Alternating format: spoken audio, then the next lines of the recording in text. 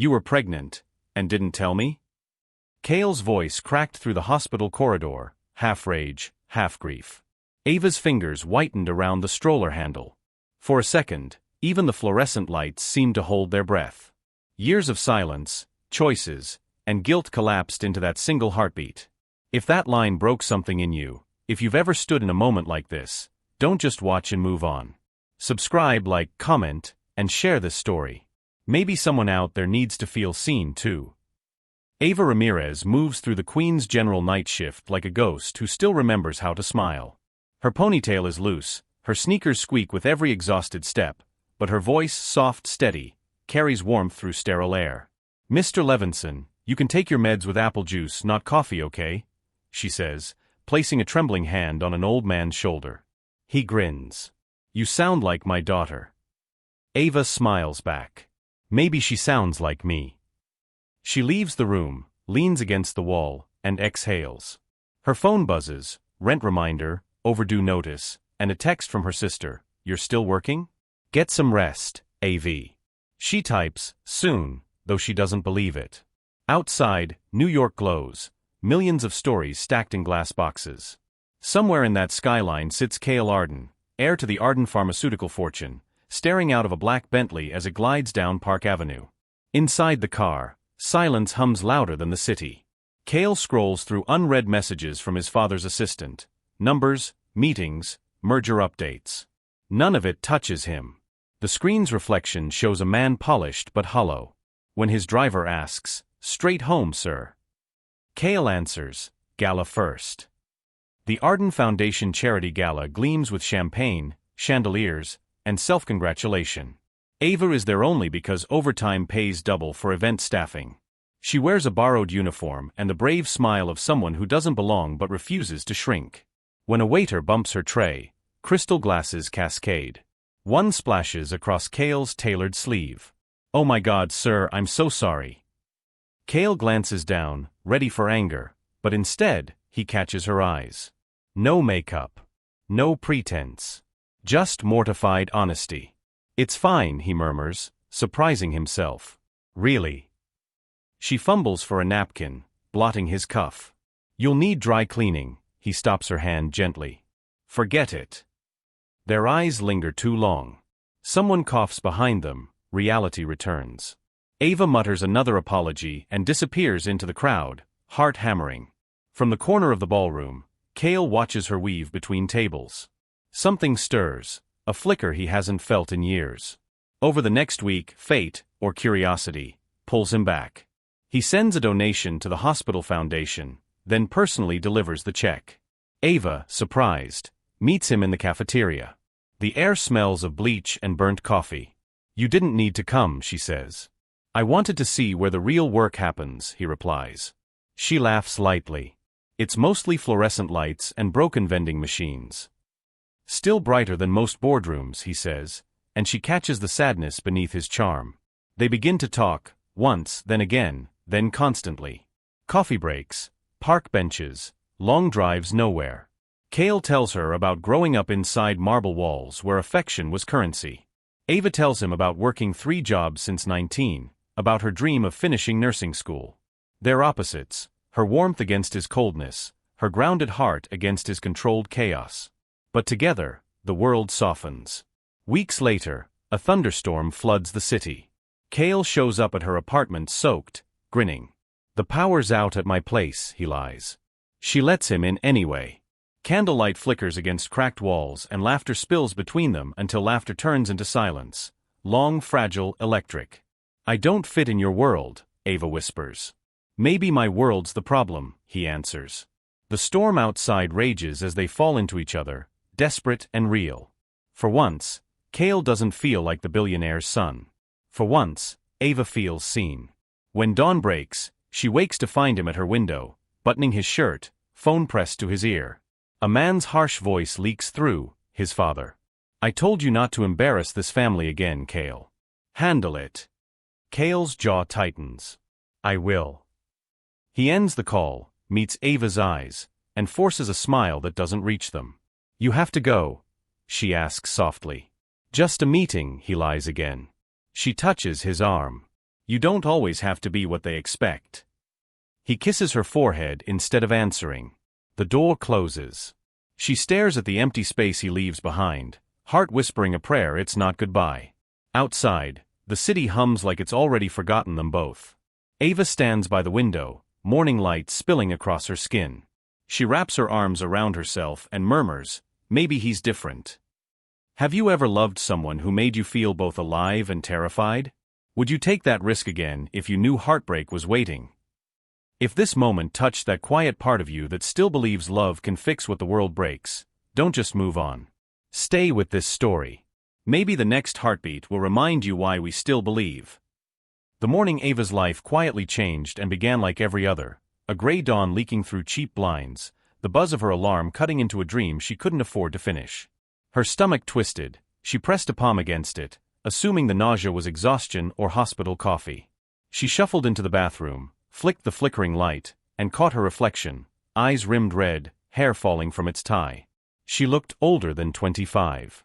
When she reached for her toothbrush, the corner of a cardboard box peeked out from behind a cup, a pregnancy test. Her pulse skipped. She'd bought it a week ago just in case, then buried it under toothpaste and denial. Now it seemed to look at her. She tore it open. The plastic felt cold in her shaking hands. She waited, sitting on the closed toilet lid, counting the seconds with a slow drip of the sink. "Please no, not now," she whispered. 2 pink lines. The world narrowed to the space between her heartbeat and her breath. She laughed once, a cracked, unbelieving sound, then covered her mouth as tears spilled. Cale's grin, the way his voice softened when he said her name, the way he'd looked at her like she was the only real thing in a city made of glass. Then the other memories intruded, his phone always vibrating, his father's clipped tone, the distance in his eyes when business called. Ava pressed a trembling hand against her stomach. "Hey little one," she whispered through tears. "Guess it's you and me now." She stayed there a long while, just her, the hum of the light, and 2 pink lines that would rewrite everything. 3 days later she sat at the cafe near his office, coffee cooling untouched, hope curled tight in her chest. When Cale walked in, immaculate suit, phone glued to his ear, her breath caught. He smiled absently, kissed her cheek, sat. "Sorry I'm late," he murmured. "The mergers, it's fine," she interrupted, nerves swallowing her voice. "There's something I need to tell you." He looked up, still half distracted. "You're scaring me." "I'm pregnant." The world went quiet. The espresso machine hissed like a slow fuse. "You're sure?" She nodded. He exhaled, gaze dropping to the table. "Ava, this can't happen right now." Her throat closed. "What do you mean?" "My family, the press, my mother, this would destroy everything I've built." "I'm not asking for anything," she whispered. "Just." He reached inside his jacket. She froze. An envelope. Thick. White. Heavy. "For what you'll need," he said softly. "To handle this." The cafe blurred. Her fingers brushed the paper. It might as well have been fire. "You're giving me money to erase our child?" "Ava, please." "I didn't mean," she stood trembling. "You have no idea what love means." Heads turned. She didn't care. She walked out into the cold March air and didn't stop walking. Cale sat frozen long after she was gone. The envelope lay between the coffee cups like a confession. He told himself he'd done the right thing, that he'd saved her from a scandal, from his toxic world. But the lie burned. That night, he sat in his penthouse, lights off, staring at the skyline. He picked up his phone 5 times and put it down 5 times. He could still smell her perfume on his shirt, jasmine and hospital soap. He whispered to no one, "I didn't mean to hurt you." But guilt doesn't care about intentions. Ava packed boxes in silence. Every sound felt amplified, the scrape of tape, the hum of the fridge, the ache in her chest. She replayed his words until they became poison.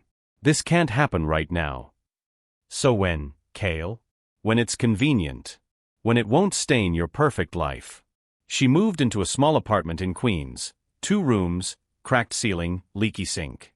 She worked double shifts to afford baby supplies, whispering promises to the growing life inside her. One night, she sat with her hands on her belly, whispering, "You're not a mistake." You're the only thing real that came from all of it. The baby kicked for the first time. And for the first time in weeks, she smiled. Meanwhile, Cale's world kept spinning. Board meetings, charity events, mergers. But inside, everything had stopped. His assistant noticed the change. "Sir, are you all right?" "I'm fine," he lied. But every time he closed his eyes, he saw her leaving, and the envelope sitting between them like a grave marker. He went back to the cafe once, stood outside, unable to go in. He wondered if she hated him, or worse, if she'd forgotten him. One evening, he saw a young couple laughing over a baby stroller. Something inside him cracked open. For the first time, he admitted what he'd done. He had broken something beautiful out of fear.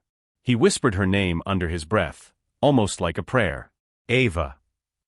Time passed. Ava's belly grew round beneath her scrubs. Cale's loneliness grew heavier beneath his suits. She learned how to breathe through pain, how to budget, how to hope. He learned how to drink through guilt, how to pretend, how to hate the sound of his own heartbeat. One night, as Ava folded baby clothes she bought secondhand, she found a tiny onesie that said "Loved before you were born." She cried so hard she couldn't breathe. Across town, Cale sat in a boardroom staring at his father's portrait. The man who had always taught him love was weakness. "Are you proud?"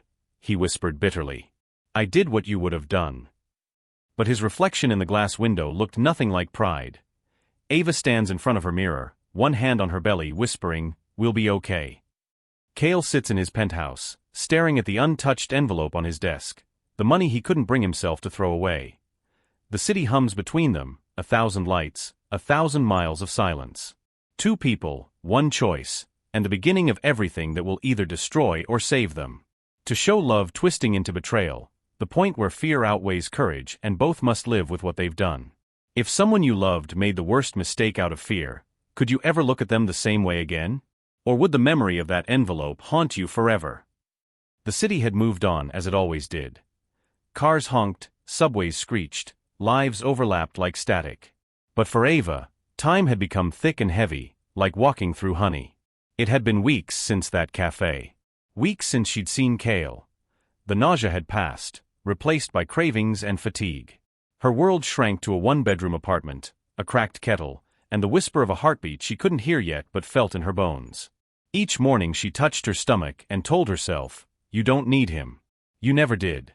But at night, her mind replayed his voice. The tremor, the disbelief, the quiet "Ava, please." She'd turn on the TV just to drown it out. Ava worked nights at the hospital again, this time behind the admissions desk, the only job her pregnancy would allow. The fluorescent lights hummed, the air smelled of disinfectant and exhaustion. Every face she saw reminded her that pain didn't discriminate, the rich, the poor, the broken. She fit somewhere between all of them. Her coworker, Nina, noticed the swelling under her scrubs one night. "You gonna tell him?" Ava didn't look up from her paperwork. "Tell who?" Nina raised a brow. "The father." Ava stapled a form, forcing a smile. "He knows enough." She didn't want to talk about it. Words made it real, and reality hurt. After shifts, she'd walk home under buzzing streetlights, humming softly to the child she carried. "You'll never know what it's like to be unwanted," she promised. "I'll make sure of that." Across the river, Cale Arden lived surrounded by everything except peace. He told himself it was over. He told himself Ava would take the money and move on. But at night, when he loosened his tie and poured whiskey he didn't taste, his thoughts always found her. He tried to bury himself in work, charity galas, new partnerships, endless meetings. In one such meeting, his assistant mentioned a potential deal with the hospital foundation. Cale's pen froze mid-signature. "Which hospital?" "Queen's General." He swallowed hard, forcing his tone even. "Proceed." Later alone, he whispered to the empty office, "What are you doing, Ava?" He opened a drawer. Inside lay the envelope, untouched, edges curling slightly. He hadn't been able to throw it away. It was both evidence and punishment. Months blurred into swollen ankles, doctor visits, and quiet nights. Ava gave birth on a rainy Thursday in a small hospital room with cracked paint and flickering lights. The pain was relentless, primal, almost holy.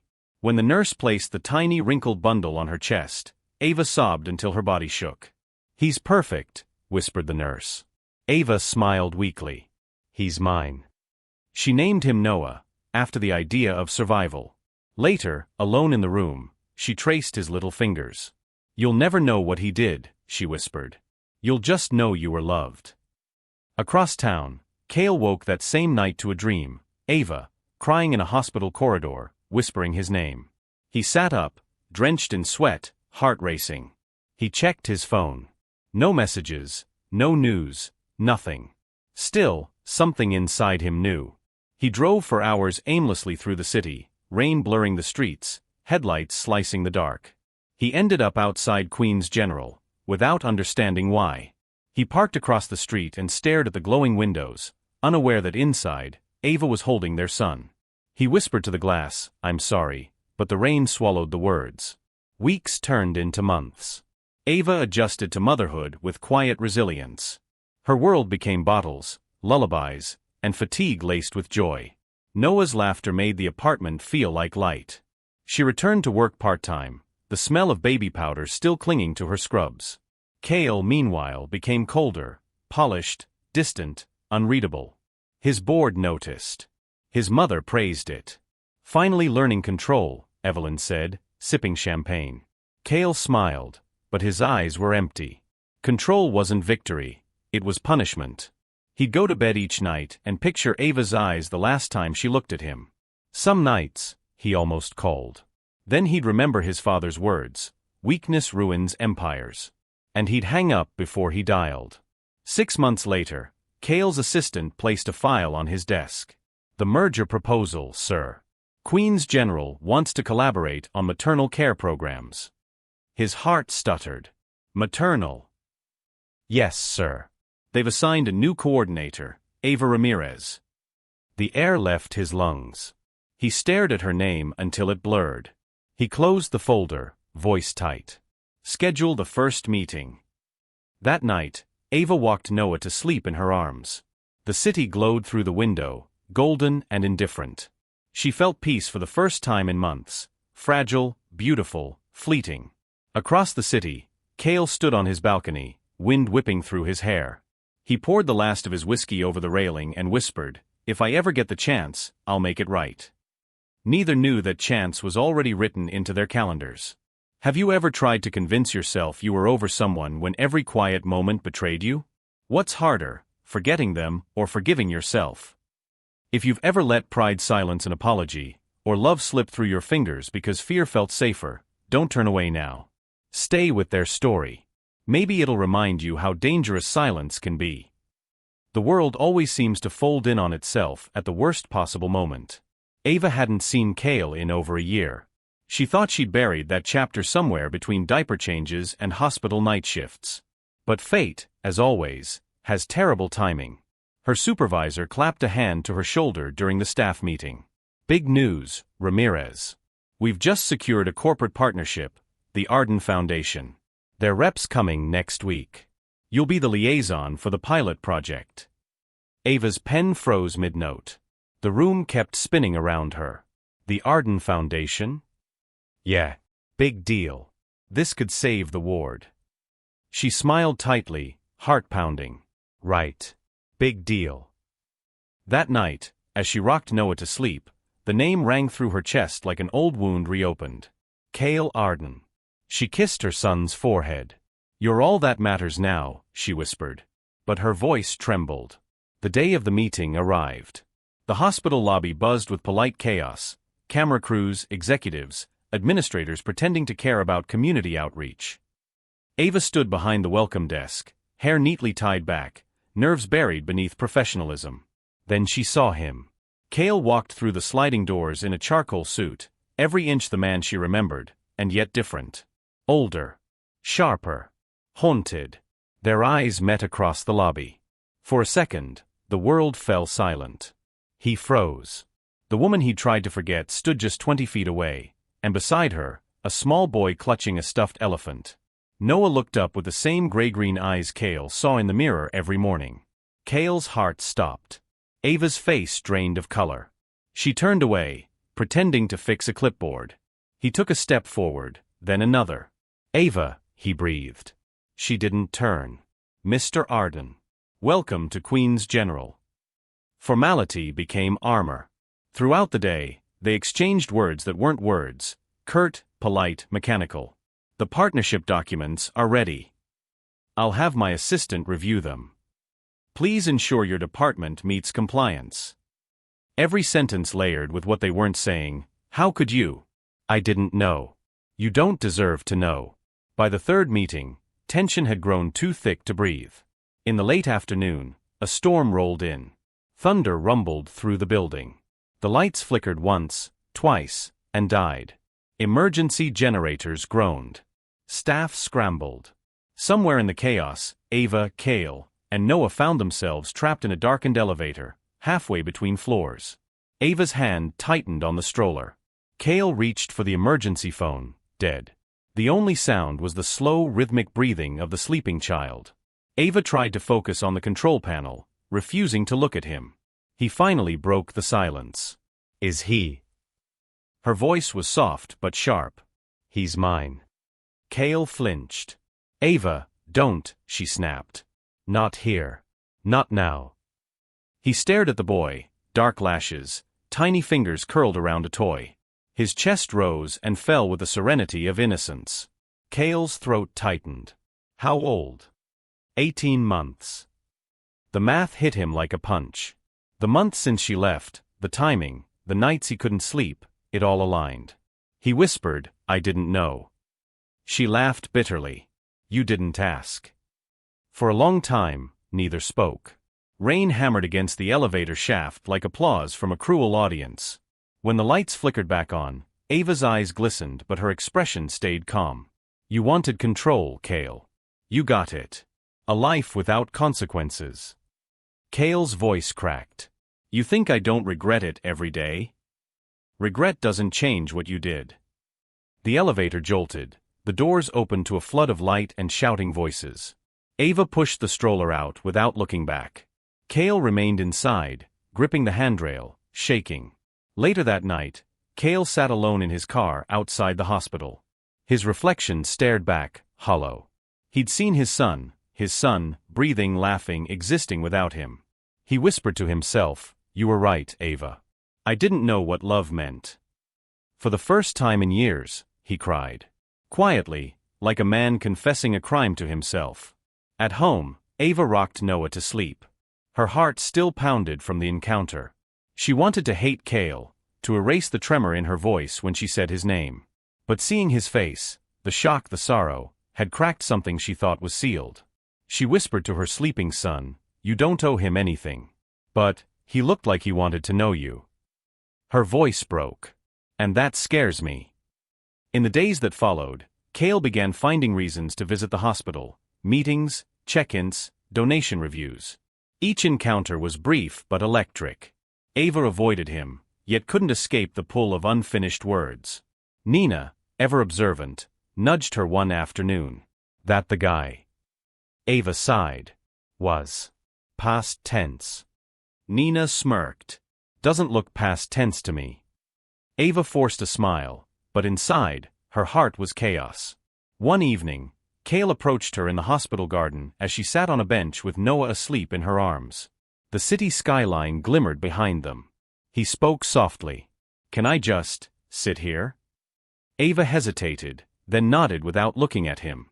They sat in silence, inches apart, the air heavy with everything between them.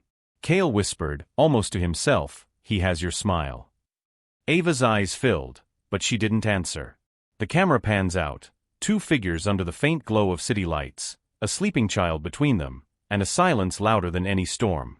If life suddenly put you face to face with the person who broke you, would you forgive them, or make them feel what you felt? If that moment in the elevator made your heart race, don't scroll away. Stay with this story. Because sometimes the people we lock out are the ones fate keeps locking us in with.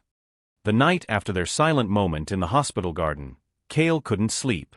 The image of his son, his tiny fingers, the soft rise and fall of his chest, haunted him like a melody that wouldn't end.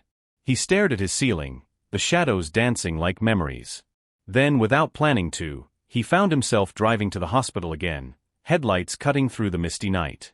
Inside, the corridors were dim, quiet except for the hum of fluorescent lights. Ava was still there, finishing her charting. Her hair was messy, eyes tired, scrubs wrinkled. Beautiful in a way that hurt to look at.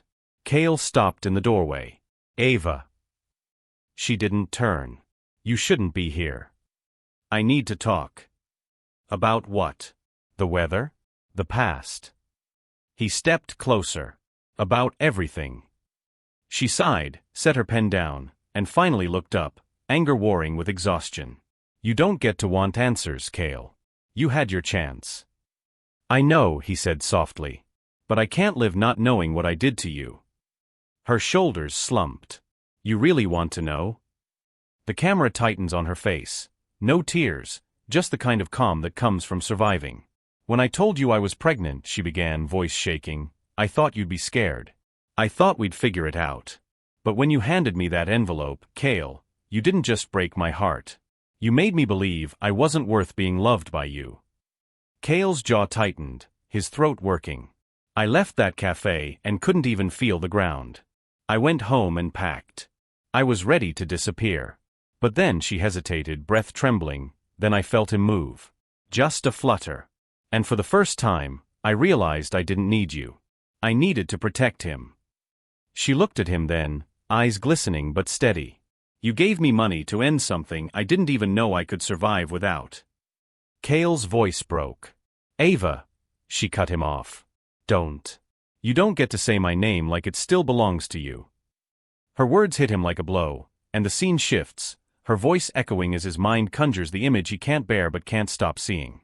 He imagines her bathroom that morning, the cracked mirror, the hum of the flickering light, her shaking hands holding the test.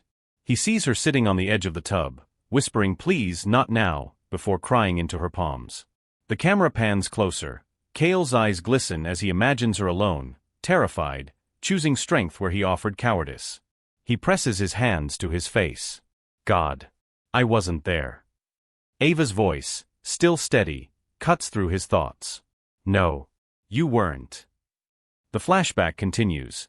Cale sees her whispering to the child growing inside her, hey little one, guess it's you and me now. He flinches. That simple sentence shatters him. When the flashback fades, Cale stands in silence, hands trembling. I didn't know. I swear, Ava, I didn't know. Ava shakes her head. You didn't want to know. Tears spill down his face, unguarded, raw. My father told me once that love ruins men like us. I believed him. I thought if I did what he would have done, I'd be safe. But I didn't realize I'd lose the only thing that ever made me human. She studies him quietly. For the first time, she sees not arrogance, but regret. You still think apologies fix things?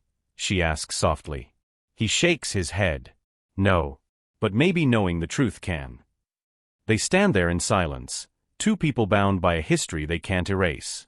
The tension is thick, but not hostile anymore. Cale's eyes dart to the photo on her desk, a small picture of Noah in a blue onesie, laughing.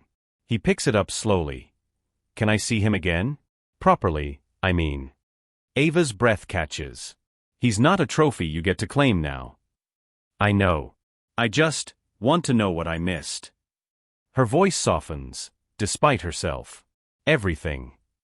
Cale closes his eyes, the words slicing him open. The door creaks open suddenly. Evelyn Arden, Cale's mother, enters the corridor, elegant and severe as always. She looks between them, suspicion hardening her tone. I wondered why you were missing the board dinner. Cale stiffens. Mother Evelyn's eyes narrow at Ava. So this is the distraction that cost you your focus. Ava steps back, instinctively pulling her lab coat tighter. Cale moves between them. Don't. Evelyn smirks. You think this, she gestures toward Ava's photo of Noah, is strength? It's weakness, Cale. The same weakness that destroyed your father. Something in Cale snaps. His voice is calm, but deadly. No. It's what makes me better than him. Evelyn's jaw tightens. You'll regret this. He meets her gaze. I already regret everything that came before it. Evelyn leaves, heels clicking down the hall, but the echo lingers, a warning. The hallway falls silent again. Ava leans against the wall, visibly shaken. She really said that? Cale nods. She's been saying it my whole life. And you believed her. Until tonight. For the first time, their eyes meet without anger, just tired truth. Ava exhales. You can't fix what happened. I know, Cale says quietly. But maybe I can start by not running anymore. He looks toward the door where Evelyn vanished. I'm done letting fear decide who I am. Ava studies him, really studies him. The man who once gave her money to disappear now looked like he'd give anything to stay. As Cale walks out of the hospital that night, rain begins to fall again. Soft, cleansing, relentless. He stops at his car, looks up at the sky, and whispers, "Thank you for telling me the truth." Inside, Ava watches from the window, arms folded. Her expression is unreadable, part ache, part relief. For the first time, she doesn't feel hate. Just exhaustion. And the faintest pull of something she thought was gone forever, forgiveness. If someone finally owned the pain they caused you, not with excuses, but with truth, would you let them try again, or would forgiveness feel like weakness? If this moment made your chest tighten, if part of you felt what Ava did when he finally saw her pain, stay. Don't look away. Because some stories aren't about falling in love, they're about learning how to deserve it. 2 weeks passed after that night. Cale kept his distance, but not out of avoidance, out of respect. He didn't call, didn't appear uninvited, didn't send flowers. Instead, he made quiet choices that spoke louder. One morning, Ava arrived at the hospital and noticed the pediatrics wing buzzing with new energy. New equipment, freshly painted walls, a shelf of donated toys. A plaque on the wall read, "For the ones who were loved before they were born." A private donor. She froze. Nina nudged her. Guess the Arden money's doing something good for once. Ava blinked fast, trying to hide the sting in her eyes. She knew. He'd done this without a word, without a name attached. For the first time, his power wasn't about control, it was about care.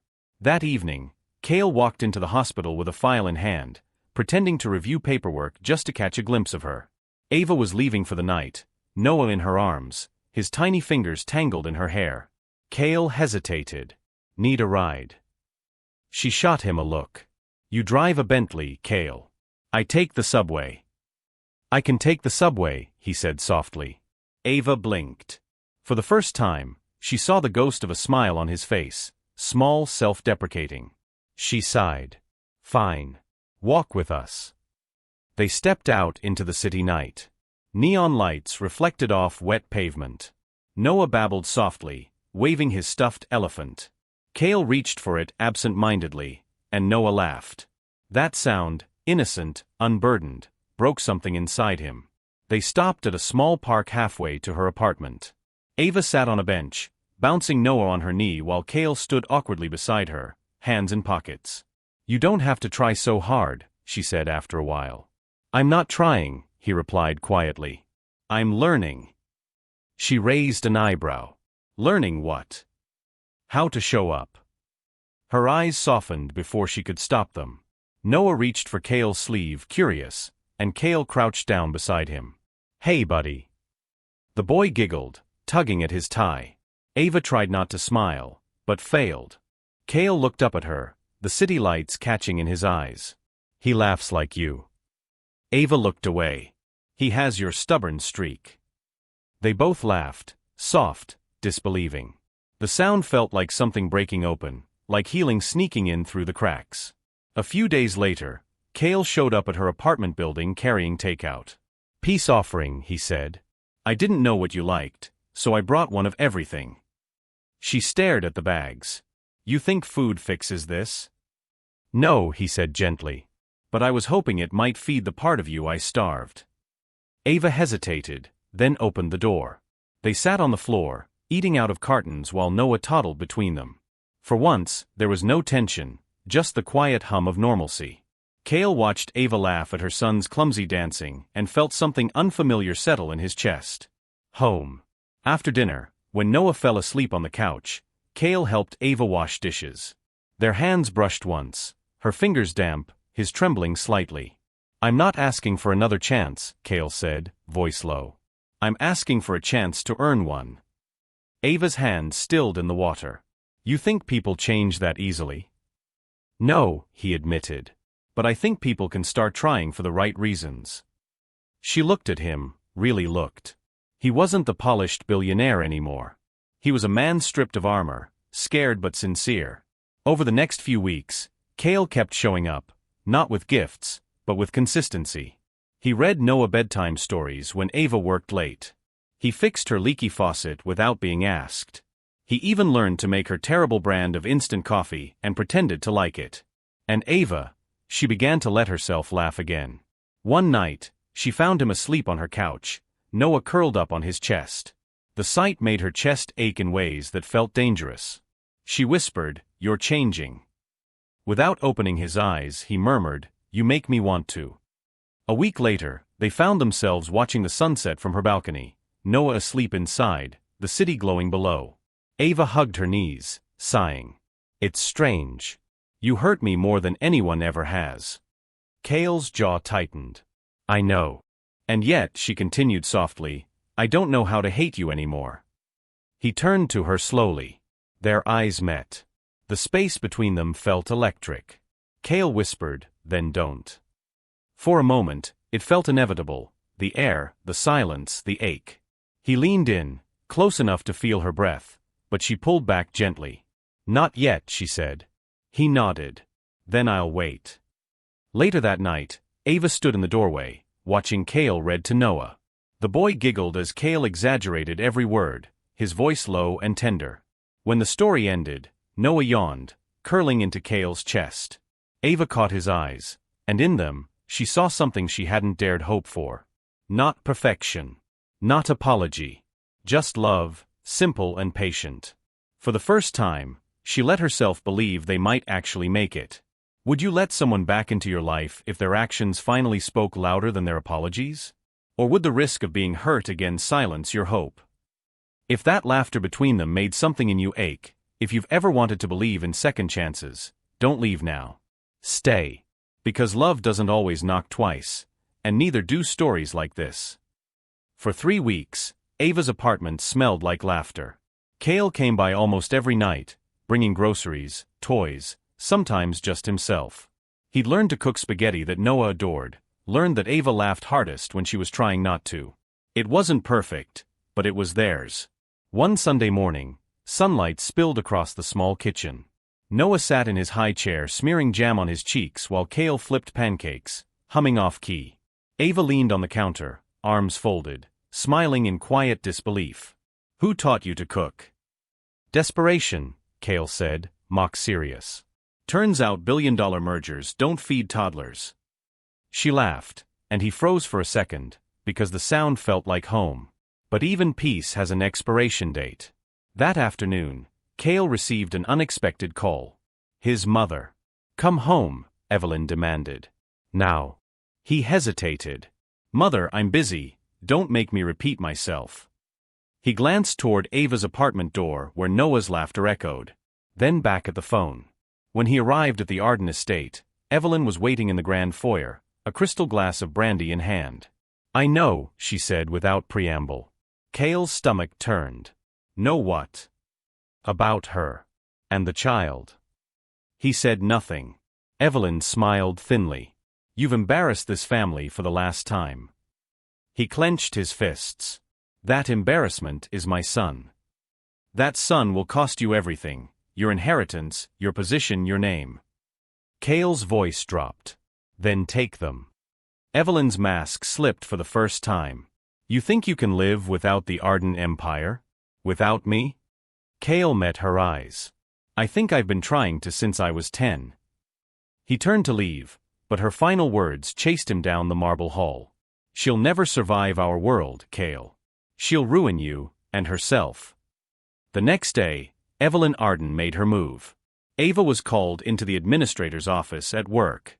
Inside sat Evelyn Arden, composed, immaculate, the kind of woman who made even silence feel like judgment. Ava stiffened. "Mrs. Arden." "Ms. Ramirez." Evelyn gestured to a chair. "Let's be practical." Ava stayed standing. "About what?" "My son. Your child. And the future."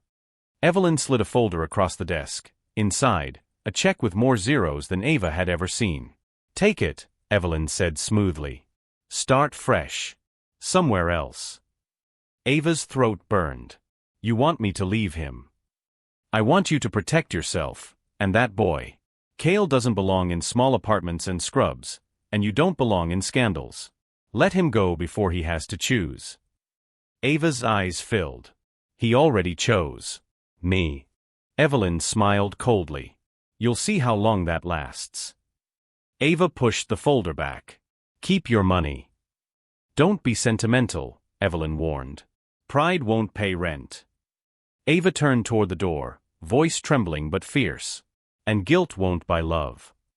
That evening, Cale rushed to Ava's apartment, late for meetings and arguments. Ava sat on the couch, Noah asleep in her lap, the check, torn in half, on the coffee table. "You sent her," she said quietly. Cale froze.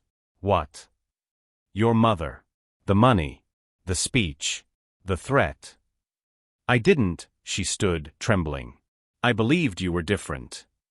Cale stepped forward. "Ava, listen, I didn't know she cut him off." "Then why didn't you tell her about us? Why did she have to?" He hesitated, searching for words, and that hesitation was all it took. Ava's eyes hardened. "You'll always choose them first." Cale reached for her arm. She pulled away. "Don't do this," he begged. Her voice cracked. "You already did." Noah stirred and whimpered, sensing the storm in the room. Ava scooped him up, whispering, "Shh, baby, it's okay," then turned toward Cale.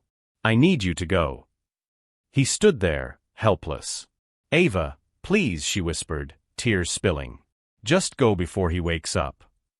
Cale left without another word. Rain lashed against his car as he sat behind the wheel, gripping the steering wheel until his knuckles went white. He wanted to turn back. He wanted to scream, to explain, to fight. But every time he tried to fix things before, he'd broken them worse. He whispered into the downpour, "I'm sorry." It sounded like goodbye. Back in the apartment, Ava sank to the floor beside Noah's crib. The sound of rain drowned her sobs. She had promised herself she'd never cry for him again. But this time, it wasn't heartbreak, it was grief for the dream that almost made it.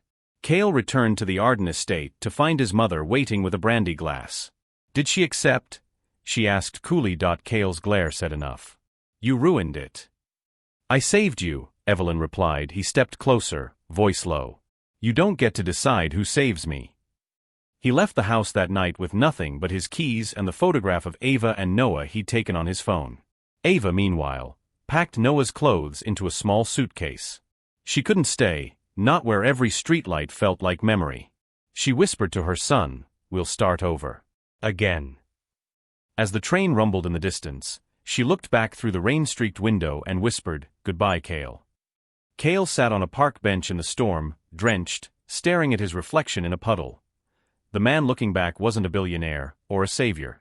Just a man who'd run from love twice, and this time, lost it completely. He took the photo of Noah from his phone, pressed it to his forehead, and whispered, "I don't deserve you. Either of you." The screen flickered out. Fade to black. If someone you loved was being pulled apart by family, pride, and fear, would you fight for them, or protect yourself first? If that goodbye hurt to read, if part of you wanted to step between them and shout, "Don't let go," stay.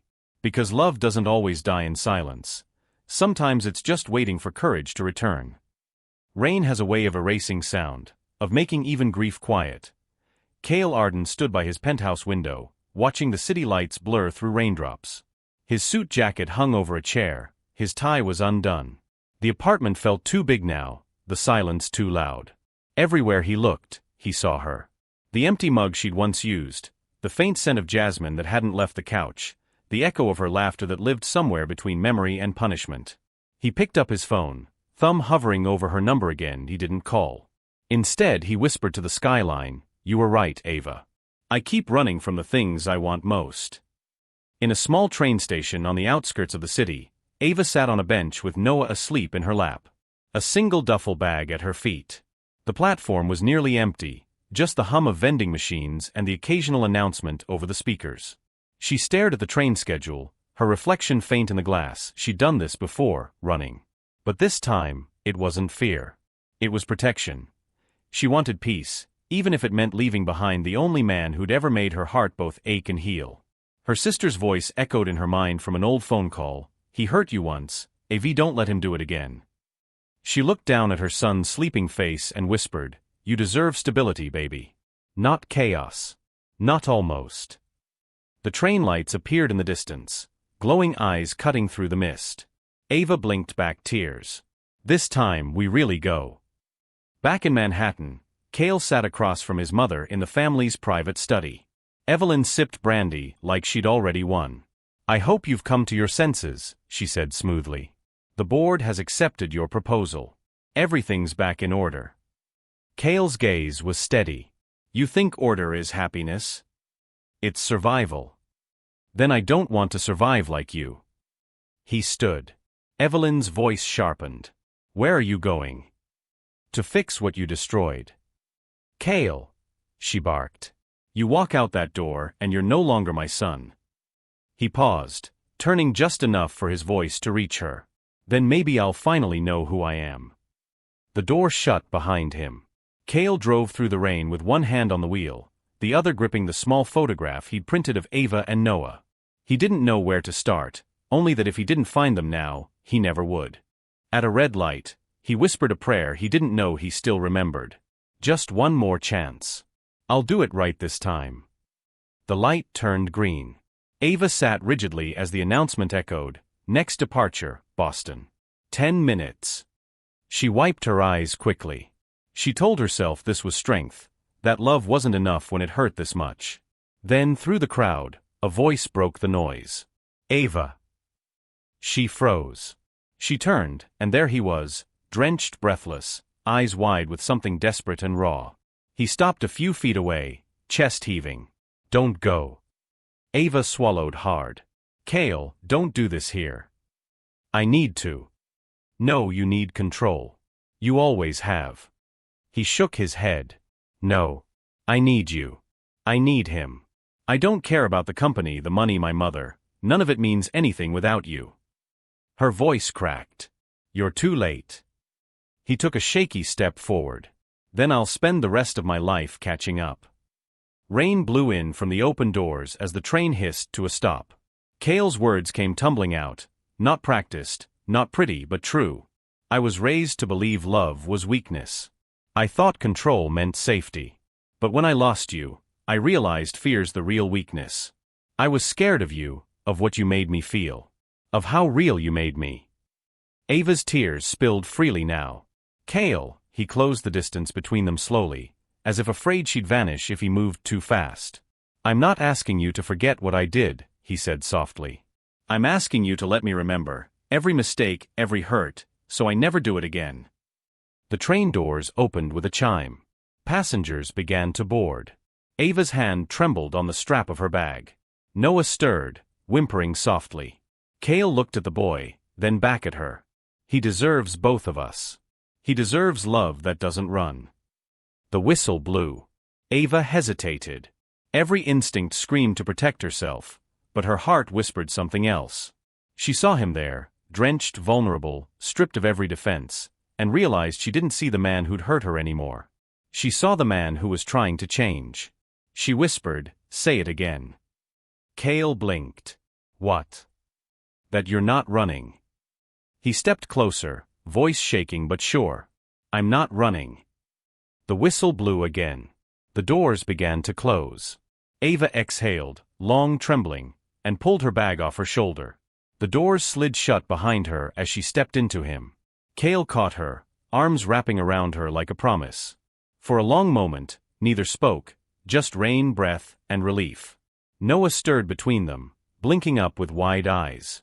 Cale smiled through tears. Hey, buddy. I'm here now. Ava looked up at him, eyes wet, voice soft. You'd better be.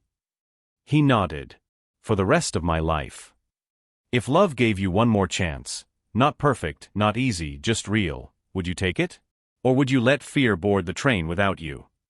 If that reunion made your chest ache, if you've ever wished someone would just run back for you, don't click away. Stay. Because sometimes the stories we hold on to are the ones still teaching us how to love. Sunlight filters through half-open blinds, dust turning to gold in the air. Ava wakes to the faint smell of coffee and hears Noah's laughter from the kitchen. When she walks in, Cale is there, barefoot, shirt untucked, flipping pancakes with exaggerated seriousness. "Careful," she teases. "You'll set off the smoke alarm." He grins without turning. "Already did. Twice." Noah squeals from his high chair. "Dada." Cale freezes, spatula mid-air. Ava meets his eyes and nods once, permission granted. He crouches, arms open. The boy barrels into him. Cale buries his face in Noah's curls, whispering, "I missed so much."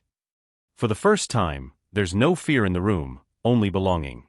That afternoon they walk through the small Queen's Park, the same one where Ava once whispered promises to her unborn child. Cale pushes the stroller, Ava beside him, their hands brushing. "Ever think about what it would have been like if we'd done this right the first time?" she asks. He smiles. "Then I'd still be a coward pretending he knew what love was." She bumps his shoulder. "You're still dramatic." Occupational hazard.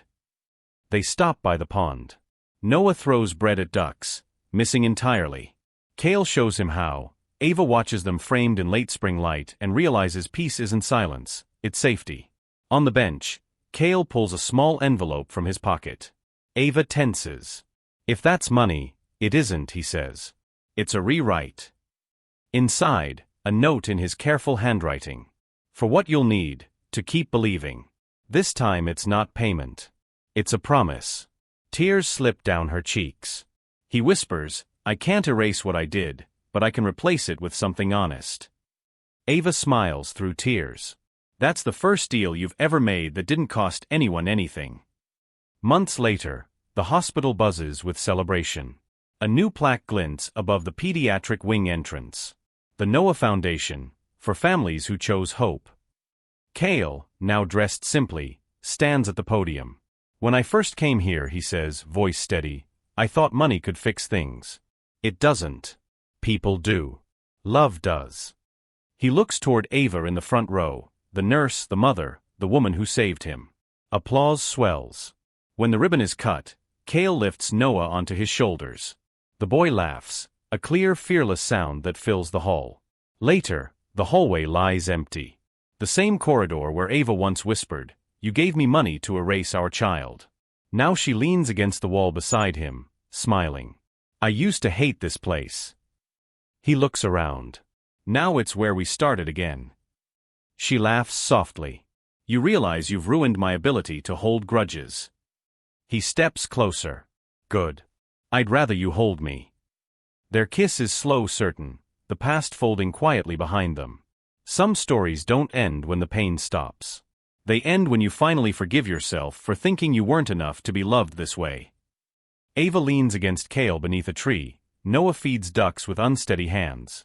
Cale glances at her. "You never did answer me." "About what?" "Whether you believe in second chances." She smiles, resting her head on his shoulder. "I do now." Sunlight glittering on the pond, laughter threading through city noise. "Do you believe people can truly change, not because time passes, but because love finally teaches them how?" If this ending left you holding your breath, that quiet ache called hope, don't let it fade. Stay with stories like this. Every view, every heartbeat shared, keeps the belief alive that love still wins. Thank you for staying with this story to the very end. If this story touched your heart, please like, subscribe, and turn on the bell so you'll not miss out on the next video.